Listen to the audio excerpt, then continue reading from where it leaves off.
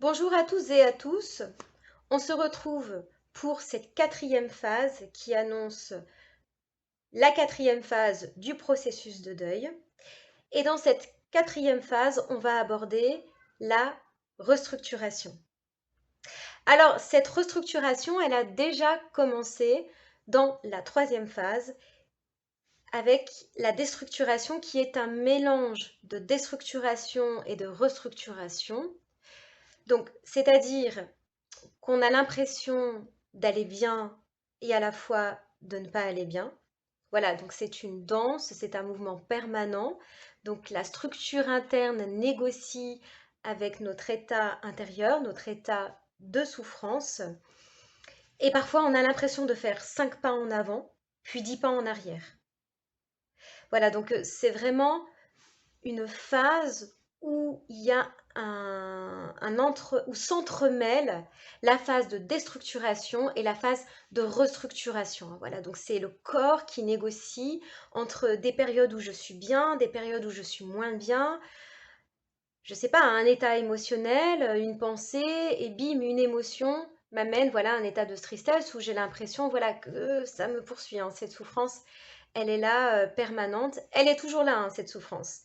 Mais voilà, le corps est en train de négocier sa structure et dans cette quatrième phase, on arrive à ce mouvement que l'on connaît bien et qui commence à s'opérer en troisième phase.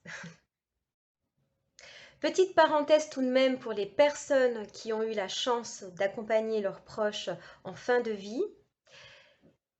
La restructuration va s'opérer différemment parce que évidemment les personnes ont eu le temps de les accompagner semaine après semaine, mois après mois, et d'envisager un avant et un après. Un après évidemment différent, après la mort de l'être aimé, de l'être disparu, mais quand même, on a eu le temps de s'y préparer et évidemment, on n'accueille pas les choses de la même façon, dans ce cas de figure précisément. Les années passent, les années continuent de s'écouler, et pourtant on est pourvu d'une grande fatigue chronique, un épuisement intense. Et ce, on le ressent d'autant plus parce qu'on aimerait peut-être certainement à ce stade entreprendre des activités, changer de travail, voyager, mettre un projet en place. Et on ressent cette fatigue intense. Le traumatisme de la perte du lien, la mort de l'être cher est tellement intense, tellement violente, qu'elle laisse des traces indélébiles dans l'organisme. C'est le parcours de toute une vie, c'est un véritable cheminement intérieur. Et parfois, l'entourage peut penser que tout est rangé dans un carton, rangé à la cave ou laissé de côté. Et puis, voilà, maintenant, ça fait partie du passé, on peut continuer à aller de l'avant, voilà, regarder l'avenir comme si peut-être de rien n'était, ou j'en sais pas. En tout cas, on a traversé une épreuve et en fait, il n'en est rien. Hein. Ça nous poursuit toute notre vie. Alors, la douleur, elle tend à s'atténuer, elle tend à se manifester de différentes façons pour continuer à cheminer, comme nous sommes en train de le voir, et comme il est important de le comprendre dans les différentes phases du deuil, du processus de deuil. Mais cette souffrance, elle est là, c'est simplement qu'elle prend moins de place. Et c'est véritablement important de comprendre tout ce processus et comment les choses s'opèrent à l'intérieur de nous pour savoir où on se situe et se dire que finalement bah, c'est normal de ressentir et de continuer à éprouver de la souffrance ou même dans un moment incertain où on ne s'y attend pas, où on est censé vivre de la joie et bim, on ressent de la tristesse. Il y a des événements dans la vie que l'on va vivre, même des années après la mort de l'être aimé, où l'on va ressentir une sensation de manque. Voilà, nous sommes en train de vivre un événement où nous sommes dans un lieu que l'être aimé adorait et nous allons ressentir cette sensation de manque. Cette sensation du manque de ne pas le partager avec l'être aimé. ce lien si cher, cet amour que nous avions, que nous partagions, et que la mort a ôté. Parfois, il peut être difficile de quitter cette phase de souffrance. Je m'explique. C'est une douleur qu'on a probablement peut-être appris à apprivoiser, ou en tout cas, on a cheminé avec elle. La souffrance terrible qui est la perte du lien, la perte de l'être cher. Et cette souffrance et cette douleur qui nous traverse et que l'on ressent nous permet aussi en quelque sorte de se souvenir et de se rappeler à quel point la personne que l'on aimait le plus au monde est partie, a quitté ce monde. Et à la fois, on doit continuer à avancer, continuer à aller de l'avant, continuer à cheminer.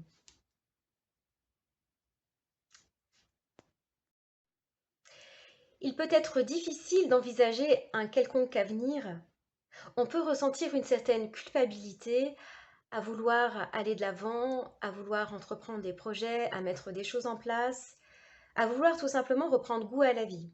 Donc cette culpabilité peut nous traverser et c'est ce qui peut entraver cette phase entre l'envie d'aller de l'avant et puis en même temps, bah oui, mais je ressens cette culpabilité parce que moi je suis encore sur cette terre, l'être que j'aimais le plus au monde est parti, mais il faut bien que je continue à cheminer, il faut bien que je continue, voilà, à penser à moi, à prendre du temps pour moi. Et pourtant, cette culpabilité, on peut la ressentir. Il y a un processus naturel de cicatrisation qui se met en place dans cette quatrième phase, mais ce processus de cicatrisation peut être entravé par la culpabilité que l'on ressent. Voilà, donc j'ai envie d'aller de l'avant, j'ai envie de mettre des choses en place, j'ai envie de reprendre goût à la vie, et pourtant je ressens comme une certaine culpabilité à faire les choses comme on le disait précédemment.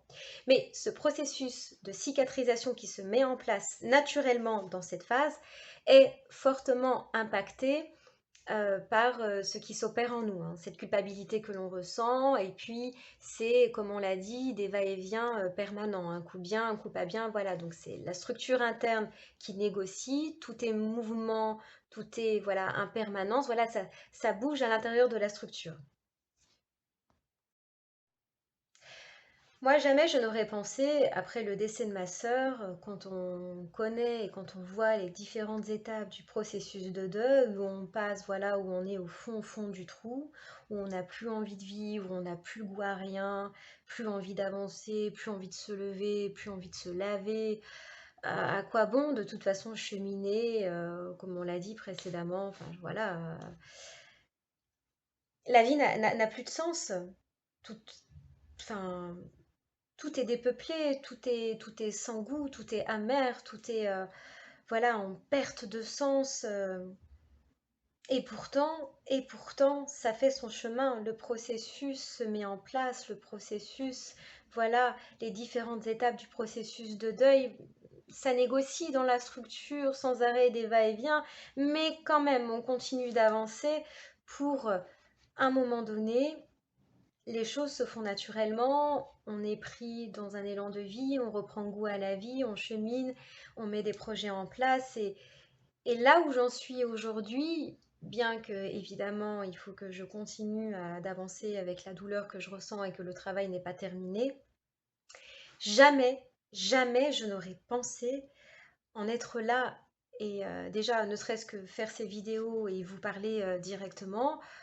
euh, que c'est possible que cette douleur si intense que l'on ressent et qu'on puisse en parler et cheminer ensemble et qu'il y a une véritable transformation intérieure qui s'opère, jamais je n'aurais pu imaginer.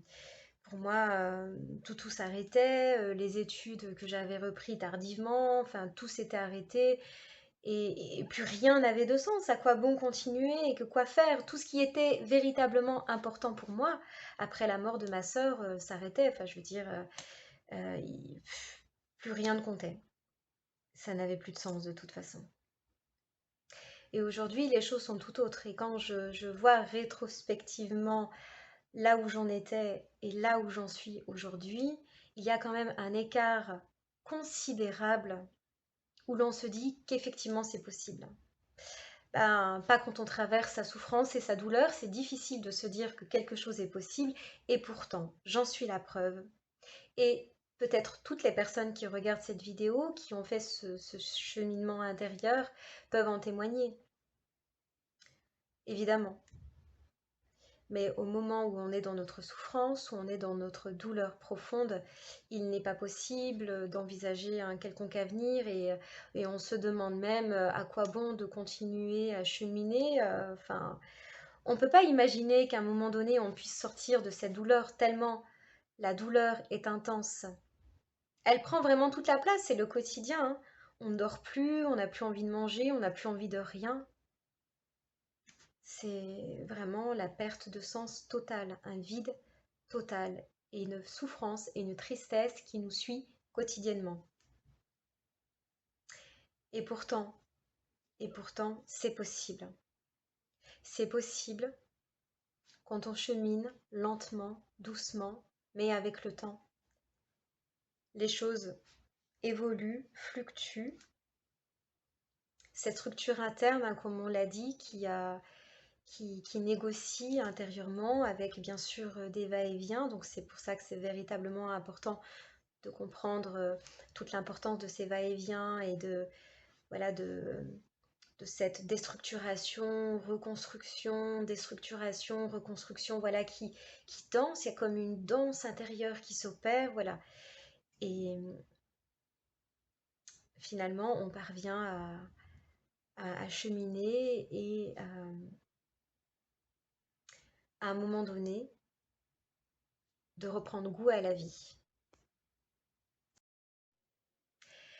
Quelques questionnements subsistent et continueront à subsister. Pourquoi toi? Pourquoi maintenant? Pourquoi si tôt? Pourquoi comme ça? Des questionnements qui vont perdurer tout au long de mon existence. Peut-être qu'un jour, j'obtiendrai les réponses à mes questions, ou peut-être pas.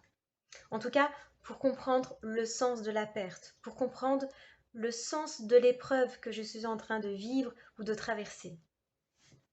On dit qu'il y a un sens dans ce que l'on vit, une information que l'univers veut nous transmettre, quelque chose que l'on a à comprendre dans l'épreuve de vie que nous sommes en train de traverser.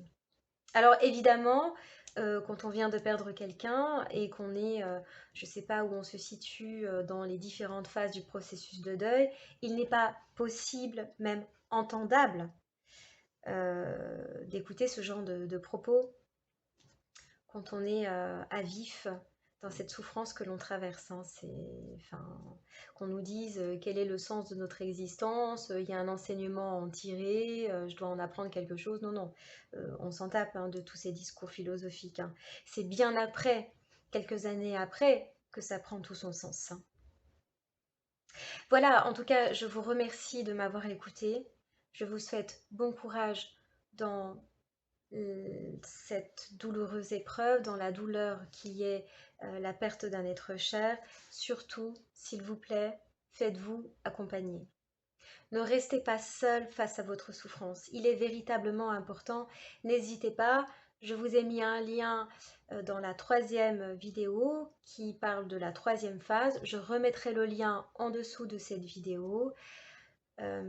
Concernant les processus d'accompagnement au sein de différentes associations, peut-être de votre région, qui accompagnent les personnes endeuillées. Hein. C'est un groupe de personnes qui est restreint et fermé durant une année, et d'autres personnes qui sont en train de traverser cette douleur si intense, si profonde qui est la perte d'un être cher, sont là pour s'exprimer sur ce qu'ils vivent quotidiennement et comment ça se passe pour eux. Je peux vous assurer que ça a été très bénéfique pour moi et je vous le recommande vivement.